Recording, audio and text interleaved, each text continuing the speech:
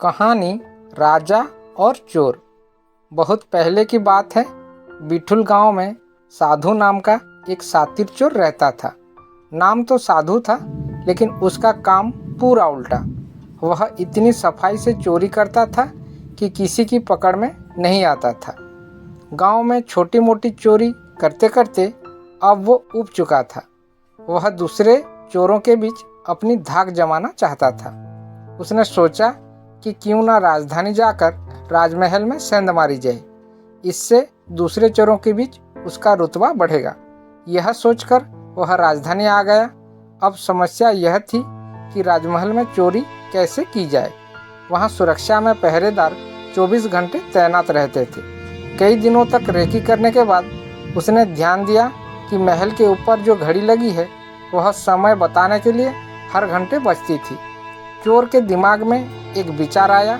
चोर रात में कुछ लोहे के कीलें और हथौड़ी लेकर राजमहल पहुंचा और जैसे ही घंटी बजती वह दीवार पर एक कील ठोक देता। इससे घंटी की आवाज़ में हथौड़े की आवाज़ दब जाती और किसी को पता भी नहीं चलता था। इस तरह उसने 12 कीलें ठोक दी। उन कीलों के सहारे वह महल में दाखिल हो गया और हीरे जवाहरात चोरी करके रफू चक्कर हो गया। अगले दिन जब राजा को चोरी का पता चला तो उसे यह जानकर बड़ी हैरानी हुई कि इतनी सुरक्षा के बावजूद भी कैसे कोई राजमहल से चोरी करने में कामयाब हो सकता है। राजा ने नगर में सिपाहियों की संख्या बढ़ाने का आदेश दिया और कहा कि कोई भी व्यक्ति रात में घूमता नजर आए तो चोर समझकर गिरफ्तार कर लिया जाए। दरबार में ऐलान के वक्त चोर भी भेष बदलकर मौजूद था। उसने चालाकी से पता लगा लिया कि कौन कौन से सिपाही इस काम के लिए चुने गए हैं। उसने उन सिपाहियों के घर का पता लगाया और साधु का भेष धारण करके उनके घर पहुंच गया। वहां उसने पाया कि सभी सिपाहियों की पत्नियां चाहती थी कि उनका ही पति चोर को पकड़े।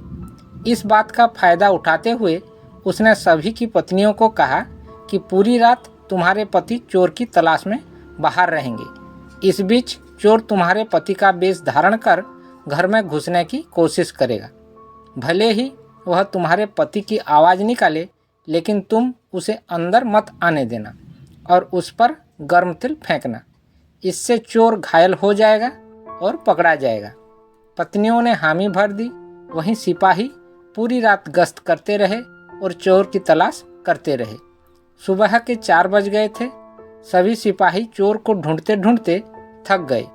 तभी सारी सिपाहियों ने सोचा कि अब घर जाकर थोड़ा आराम कर लेते हैं। जब वे घर पहुंचे और दरवाज़ा खटखटाया तो पत्नियों को शक हुआ। उन्होंने सोचा कि साधु की बात सच हो गई। जरूर ये चोर है जो भेष बदल कर आया है। वे गर्म तिल अपने पतियों पर फेंकने लगी। इससे सारे सिपाही घायल हो गए। उन्हें अस्पताल में भर्ती कराना पड़ा। दूसरे दिन राजा को जब सारी बात पता चली तो वह चिंतित हो गया। उसने फौरन कोतवाल को आदेश दिया कि जितनी जल्दी हो सके उस चोर को पकड़कर हाजिर किया जाए। कोतवाल ने शहर में पहरा देना शुरू कर दिया। इस दौरान कोतवाल को एक युवक आता दिखा। कोतवाल ने उस लड़के से पूछा, कौन हो तुम? युवक ने कहा, मैं चोर हूँ। कोतवाल को यकीन नहीं हुआ। भला इस तरह कोई खुद को चोर कैसे बता सकता है? उसे लगा युवक मजाक कर रहा है। कोतवाल ने आगे कहा, अगर तुम चोर हो तो चलो, तुम्हें जेल में बंद करने का आदेश मिला है। वह युवक तैयार हो गया। कोतवाल उसे लेकर एक कमरे में गया, जिसे देखकर चोर ने बोला कि कोतवाल साहब, इस जेल को तो कोई भी खोल सकता है। कोतवाल बोला, इसे खोला नहीं जा सकता। चोर बोला, आप अंदर जाइए, मैं बताता हूँ इसे कैसे खोल सकते हैं। कोतवाल मान गया और जैसे ही अंदर गया चोर ने दरवाज़ा बंद करके लॉक कर दिया और हंसते हुए बोला, मैंने पहले ही बोला था मैं चोर हूँ, आप माने नहीं। कोतवाल पूरी रात जेल में बंद रहा। सुबह सिपाहियों की मदद से कोतवाल किसी तरह जेल से बाहर आया और राजा के पास पहुंचकर उसने सारी कहानी सुनाई। पूरी बात सुनकर राजा दंग रह गया। अब उसने खुद चोर को पकड़ने का फैसला किया। रात होने पर राजा ने गश्त देना शुरू कर दिया। इस दौरान चोर ने साधु का भेष बनाया और एक पेड़ के नीचे धूनी जमाकर बैठ गया। गश्त के दौरान राजा इधर उधर के चक्कर काट रहा था। इस दौरान उसने पेड़ के नीचे साधु को बैठा देखा तो पूछा कि बाबा, इधर से किसी अजनबी इंसान को जाते देखा है क्या? साधु के भेष में बैठा चोर बोला कि मैं ध्यान में था, इसलिए देख नहीं पाया। इस दौरान राजा को एक विचार आया।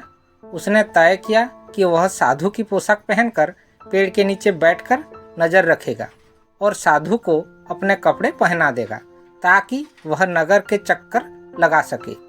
पहले तो चोर इस बात पर राजी नहीं हुआ, लेकिन काफ़ी चर्चा के बाद वह राजा के कपड़े पहनने के लिए राजी हो गया। राजा साधु के भेष में पेड़ के नीचे बैठ गया।